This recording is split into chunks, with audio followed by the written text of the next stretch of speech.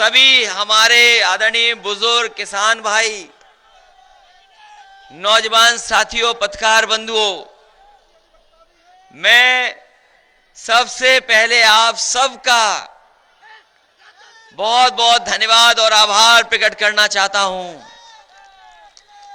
वहीं मैं आप सबका आभारी भी हूं कि इतनी गर्मी में जहां धूप है, सर पे कुछ रखा होगा कि नहीं रखा है, उसके बावजूद भी आप इतनी बड़ी संख्या में आए हैं। मैं आप सबका बहुत बहुत आभारी हूं और मुझे पूरा भरोसा है कि जो लोग इतनी गर्मी में धूप में आशीर्वाद दे सकते हैं, तो जब वोट पड़ेगा तो अपने गांव में, घर में न जाने कितने मतदाताओं से हमारी पार्टी के और गठबंधन के प्रत्याशी की मदद करेंगे। इस मैदान में हम लोग पहले भी मिल चुके हैं। इस मैदान में हम और आप लोग कई बार मिले हैं। पहले जब आए थे तो यही इंटर कॉलेज हमें लाल रंग का दिखाई दे रहा था। याद होगा आपको, जो साथी यहां के होंगे, पत्रकार साथियों को याद होगा, ये लाल रंग का हुआ करता था। इसकी छतें जर्जर थीं, बहुत खराब हो गया था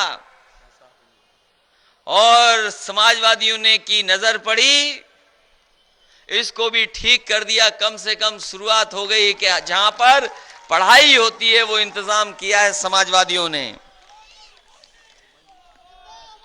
इसी तरह विकास का रास्ता खोला था समाजवादियों ने कि तरक्की और खुशहाली का रास्ता क्या है, उस दिशा में ले जाने का काम समाजवादी लोग कर रहे थे। लेकिन न जाने कौन सी बात कही भारतीय जनता पार्टी ने और सपने दिखाए, बड़े बड़े सपने दिखाए। न जाने अपने घोषणा पत्र में क्या क्या लिख दिया। जनता को भरोसा हो गया कि ये लोग कुछ बदलाव लाएंगे।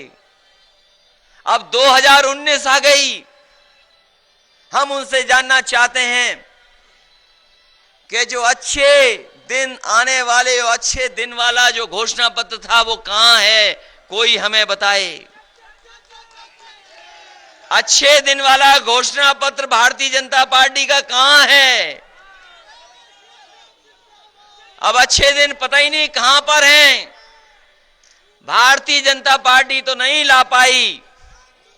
कम से कम हम लोगों को बता दो कि अच्छे दिन कहां हैं, हम लोग चल करके पहुंच जाएंगे वहीं पर।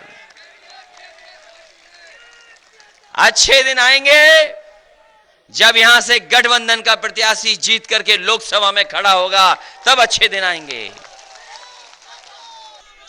तो जब आप जान गए हो तो हमारी आपकी जिम्मेदारी बनती है। ये बात अगर जान गए हो आप, तो हमारी आपकी जिम्मेदारी बनती है कि चौकीदार की इस बार हम लोग चौकी छीन लें। और चौकी छीनेगी कि नहीं छीनेगी, पीलीभीत वालों हमें बताओ। या फिर इन्हीं के चक्कर में पड़े रहोगे, चौकीदारों के चक्कर में। और जो हमारा असली चौकीदार गांव वाला है, उसका कोई हाल नहीं लेने वाला है। कोई हमारा गांव का चौकीदार या जानता होगा तो हम उसको बता दीजिए कि इन्होंने तो नहीं सम्मान दिलाया है चौकीदार को हमारे गांव के। समाजवादी सरकार जब जब बनी उनको सम्मान दिया है और आने वाले समय में केंद्र सरकार बनेगी समाजवादियों के और गठबंधन के सहयोग से, तो उन चौकीदारों को सम्मान देने का काम करेंगे। ये पीलीभीत के हमारे तमाम किसान भाई, नौजवान साथियों, आपसे हम विशेष निवेदन करने आए, अपील करने आए हैं। ये जो गठबंधन तैयार हुआ है, आपको सुनाई दे गई होगी वोट की आवाज। वोट की आवाजें पहुंच गई पहले चरण की कि नहीं पहुंची आपके कानों तक? जैसे कभी कभी बारिश तेज होती है तो कमरे के अंदर सो भी रहे हो तो आवाज सुनाई दे जाती है उनके बूंदों की। पहले चरण के वोट की आवाज आपके कान तक पहुंच गई कि नहीं पहुंच गई? और किस तरीके से वोट बरसा है पहले चरण में, बताओ उसी तरह बरसाओगे वोट पीलीभीत में कि नहीं बरसाओगे आप लोग? ये गठबंधन को कह रहे हैं महामिलावट है, उन्हें समझ में नहीं आ रहा है कि ये किसानों का, गरीबों का, नौजवानों का, ये गरीब जो छूट गए थे उनका गठबंधन है, उन्हें समझ में नहीं आ रहा क्या कहें। ये महामिलावट का नहीं है, ये महापरिवर्तन का गठबंधन है। ये देश को परिवर्तन के रास्ते पे ले जाने का काम करेगा। ये कहते हैं कि नया देश बनाएंगे, नया देश। आपने सुना होगा कि प्रधानमंत्री और बीजेपी के लोग कह रहे हैं कि नया देश बनाएंगे। नया देश भारतीय जनता पार्टी नहीं बना सकती है। नया देश ये गठबंधन बनाएगा, और नया देश तब बनेगा जब ये गठबंधन नया प्रधानमंत्री बनाने का काम करेगा। बीजेपी के लोग नया देश बनाना चाहते हैं, हम महागठबंधन के लोग नया प्रधानमंत्री बनाना चाहते हैं, क्योंकि पुराने प्रधानमंत्री फेल हो चुके हैं। अब तो उन्हें पता लग गया होगा पहले चरण का रिजल्ट भी, और इस वाले चरण में तो सफाया है, बिल्कुल सफाया, कोई सीट नहीं मिलने वाली। बताओ इस चरण में हम मान लें सफाया है कि नहीं सफाया है? पीलीभीत वालों, कोई जान जाती है किसान की, खेत काम कर रहा होगा या कोई निकल गया जंगल में, तो पता लगा टाइगर ने उसे खा लिया, टाइगर ने थपेड़ा मार दिया।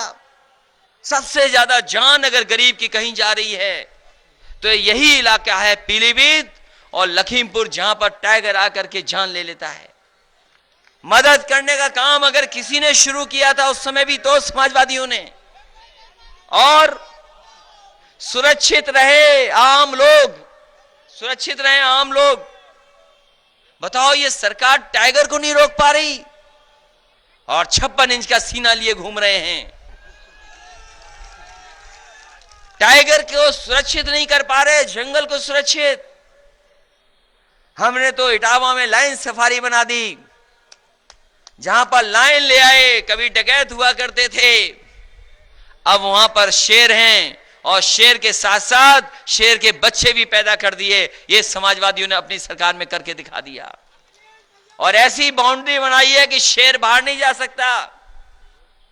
दुनिया में आज चीजें मौजूद हैं, पैसा है, इस विभाग के पास तो हजारों करोड़ रुपया है, वन विभाग के पास, जितना चाहे संरक्षण कर लें, सुरक्षा दे दें।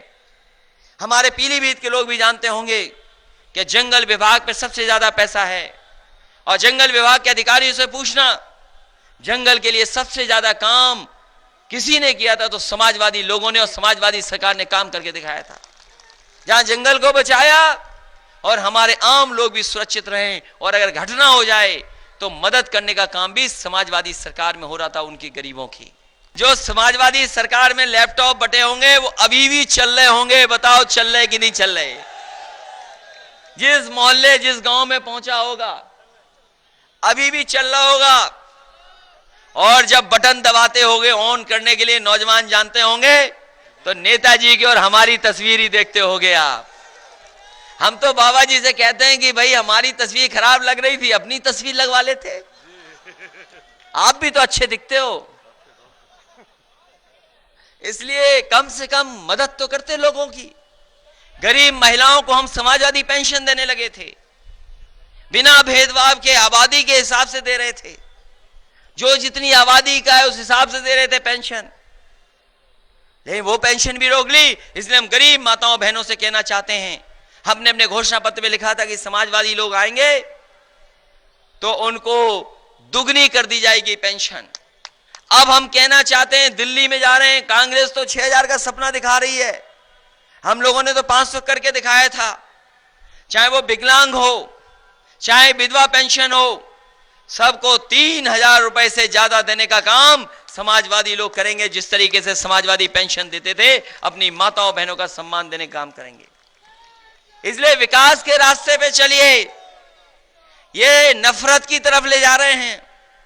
पीलीभीत से अच्छी संस्कृति कहां मिल सकती है, जहां हर समाज के लोग मिलजुल करके रह रहे हैं, जहां हमारे सिख भाई हैं जिनके गुरुद्वारे हैं, वही हमारे मुसलमान भाइयों की जाम मस्जिद भी है, जहां हमारे हर जाति के लोग मिलकर के रहना चाहते हैं। हमारे सिख भाइयों की ताकत है कि अभी ब्रिटेन को कहना पड़ा कि उन्हें जलियांवाले बाग में गलती की थी, ये हमारे सिख भाइयों की ही ताकत है। आपने अखबार पढ़ा होगा, हमारे ये जानते होंगे आलू वालिया जी, रामू वालिया जी जानते होंगे। बताओ ब्रिटेन में कहना पड़ा कि नहीं कहना पड़ा उनके प्रधानमंत्री को?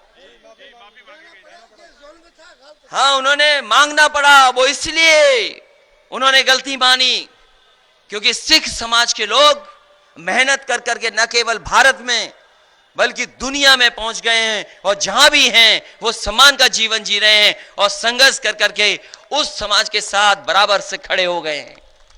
कोई दुनिया में इतना तरक्की नहीं किया होगा। ये इसीलिए गुजरात के लोग आपको नहीं देख सकते। आप लोग आगे बढ़ रहे हो, आप लोग आगे बढ़ रहे हो, और आप ही किसान हो, इसीलिए वो 1.5 गुना और 2 गुना नहीं देना चाहते, आय 2 गुना नहीं करना चाहते हैं।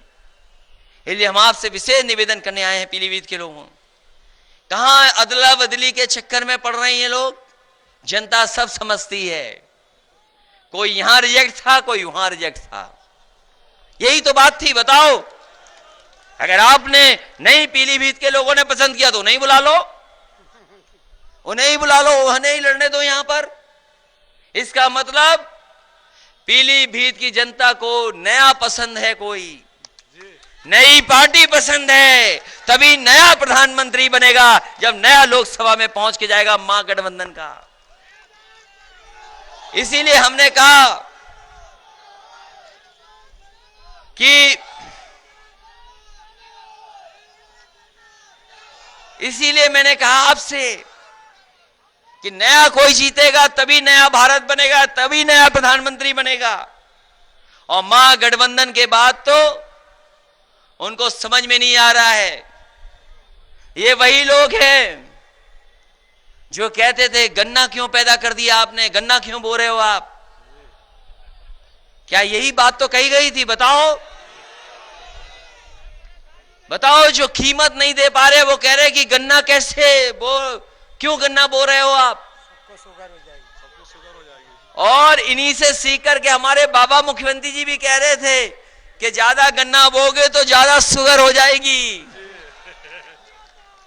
और फिर हमारे मुख्यमंत्री जी का सामान्य ज्ञान तो इतना अच्छा है कि कुछ लोगों ने शिकायत की कि बंदर बहुत हैं, उन्होंने कहा कि हनुमान चालीसा पढ़ दो, अपने आप बंदर चले जाएंगे।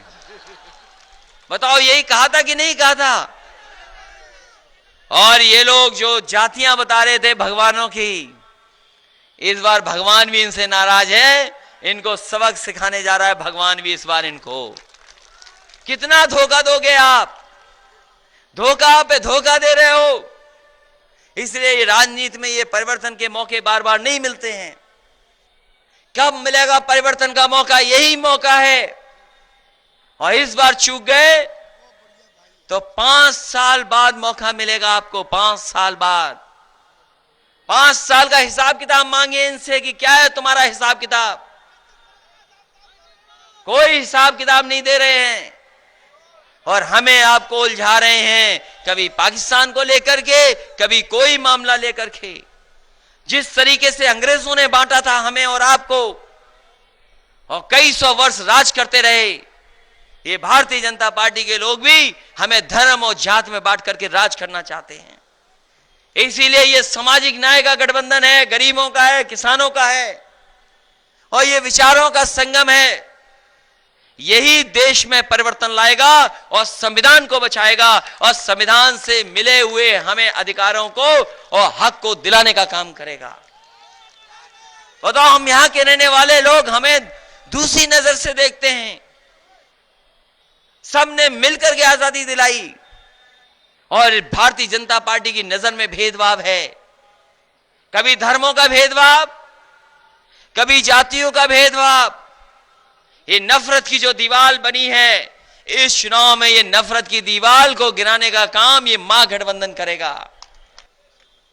इसलिए आप सबको विशेष निवेदन करता हुआ, अपील करता हुआ, इस भरोसे के साथ कि जब मतदान होगा तो हमारे हेमराज जी ऐतिहासिक वोटों से जीत करके जाएंगे। इसलिए जहां समाजवादी पार्टी मदद कर रही है, वहीं बहुजन समाज पार्टी के लोग भी आपके साथ खड़े हैं। आरएलडी भी खड़ी है पूरी की पूरी, और पहले ही चरण में आपके सब नेता जीत रहे हैं कि नहीं जीत रहे हैं? आरएलडी वाले बताओ आप जान गए होंगे। आरएलडी वाला भी जीत रहे हैं साहब, हैंडपंप वाले भी सब जीत गए, और जितना वोट पड़ा है उससे बौखला गए हैं।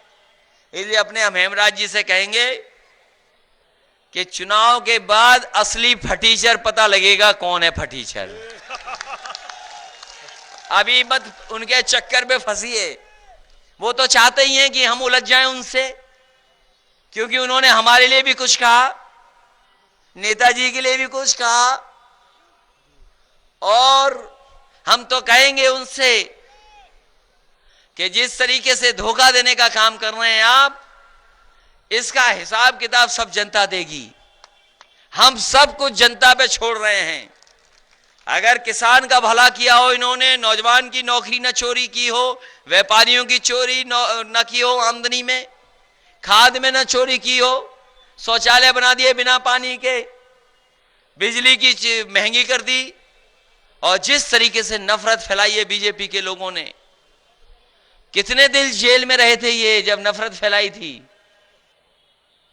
कितने दिन जेल में रहे थे? एटा जेल में, एटा जेल में भी हो आए हैं, ये पता होगा आपको। एटा जेल में रहे थे तो रोते थे शायद। एक महीना रासुका लगी यही गठबंधन था जिसने जेल की हवा खिलवाई थी यही। और इस बार वोट नहीं मिलेगा, जब खाली डब्बा रहेगा वोट का तब कहां जाओगे? इसलिए वापस इन्हें दिल्ली भेज दो, इन्हें लोकसभा में ऐतिहासिक वोट देकर के भेज दो। यही निवेदन करने आया, इस उम्मीद इस भरोसे के साथ कि खुशहाली के साथ आप रहेंगे, प्यार मोहब्बत के साथ रहेंगे। जो नफरत मिटाना चाहते हैं, जो सामाजिक न्याय दिलाना चाहते हैं, उनके साथ नौजवान खड़े होंगे। नया देश, नया भारत तभी बन सकता है जब देश में नया प्रधानमंत्री हो, नई सोच का हो, नई तरक्की के रास्ते पे ले जाने वाला हो। हमें भरोसा है कि आप साइकिल की मदद करेंगे, एक एक वोट साइकिल पे डाल करके ऐतिहासिक वोटों से जिताने का काम करेंगे। बहुत बहुत धन्यवाद, बहुत बहुत बधाई। दूर से दिख गए हो, तुम कादरी साहब हो। बहुत धन्यवाद। समाजवादी अखिलेश के संग समाज के पथ पर आए।